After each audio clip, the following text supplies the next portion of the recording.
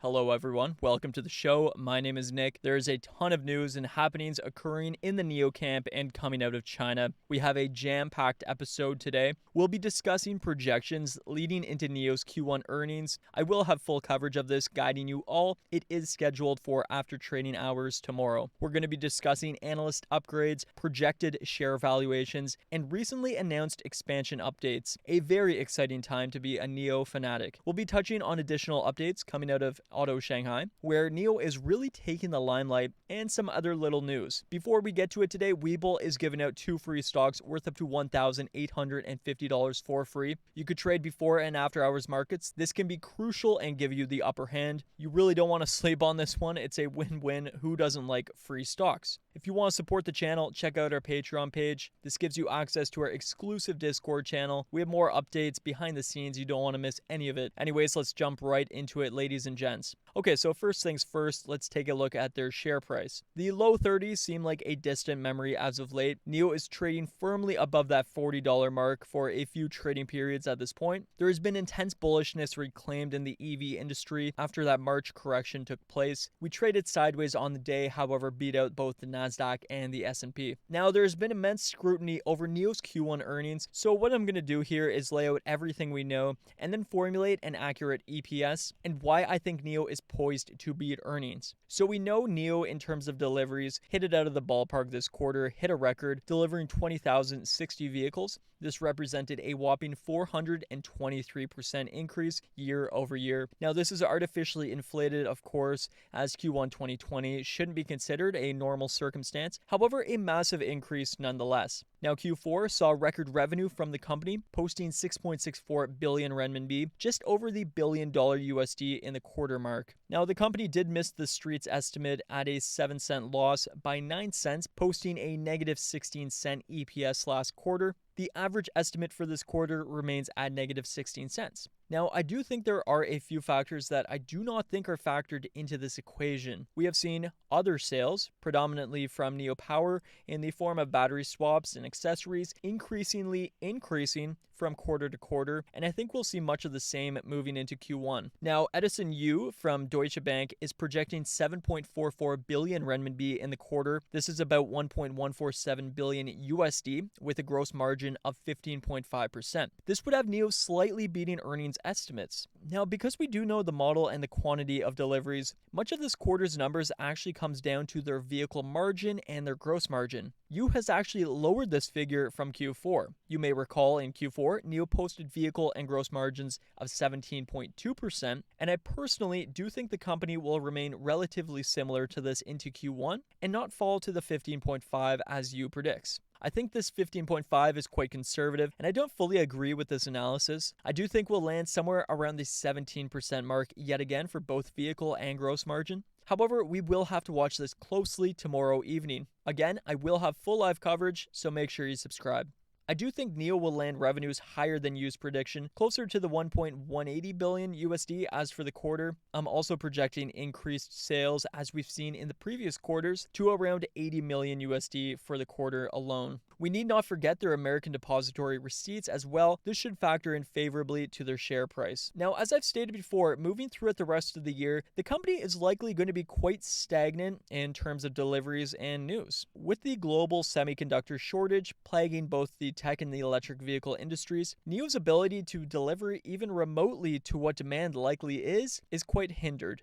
They have guided for around 90,000 vehicles throughout the year. However, I'm hopeful they will push above the 100,000 mark. There is some insight to suggest that this is feasible. Now, as always, when I invest, I am looking for long-term growth, and this is indeed the case here. 2022 is when NIO, in my opinion, is going to take off. We'll likely have reduced semiconductor supply strain. We'll also have the release of their ET7, more on that later, and they'll have their second production facility running, enabling up to around 600,000 vehicles per annum in conjunction with their expansion program on their pre-existing facility with JAC Motors. Now, CLSA recently initiated coverage with a $50 target. Edison Yu has a $60 target, and the street is averaging at $59.84. These all represent a substantial increase from current valuations. Okay, so moving on to some news coming out of NIO HQ. Now, after months and months of speculating, our assumptions were correct in that NIO has officially announced that Norway will be the company's first target market outside of China.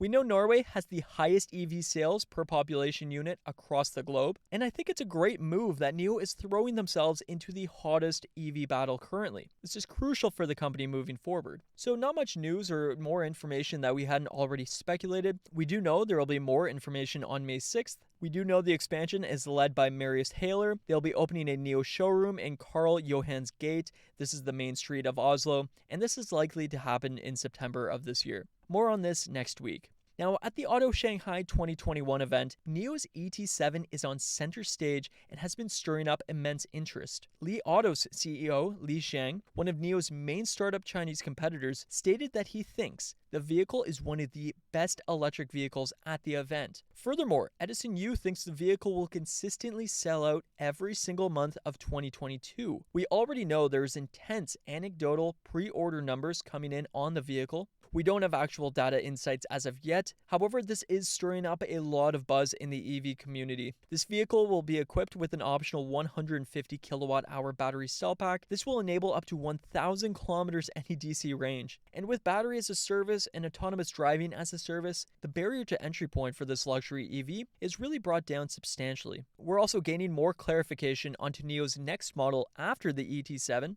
This will almost certainly be yet another sedan, and it's very likely that this will be pushing into the affordability range. Now, how are they going to do this? How are they going to actually bring down the cost of this vehicle? Well, it's clear that NIO is actually focusing on the most cost-heavy proportional part of the electric vehicle, and that's the battery. NIO has stated that they plan on launching a lithium iron phosphate battery pack in attempts to reduce costs wherever they can. They're striving on remaining a luxury brand, of course, while bringing down costs, and this is one of the major facets to do so. Other major brands like Tesla and XPeng are already using lithium iron phosphate, and it appears that NIO will be the next in line to do so. In doing this, they believe they can upgrade their pre-existing 70 kilowatt hour battery cell packs to 75 kilowatt hours while simultaneously moving down the price, entering a broader market. This is so crucial in today's day and age. The EV industry is just too hot and too fierce not to continuously upgrade while simultaneously lowering costs. We're learning that these new battery prototypes are already in testing and will still be produced and facilitated through their supplier, CATL. When Tesla changed to lithium iron phosphate in their Model 3 in China in 2020, they were able to slash around 50,000 renminbi off the price of the vehicle. This then led to a surge in demand, and analysts are very hopeful that NIO will be able to do quite the same, essentially then acting as a direct competitor against Tesla's near-current monopoly. We also have some more news coming out on NIO's second-gen battery swap stations. We received confirmation that the first location in Hefei, and this is where NIO China is located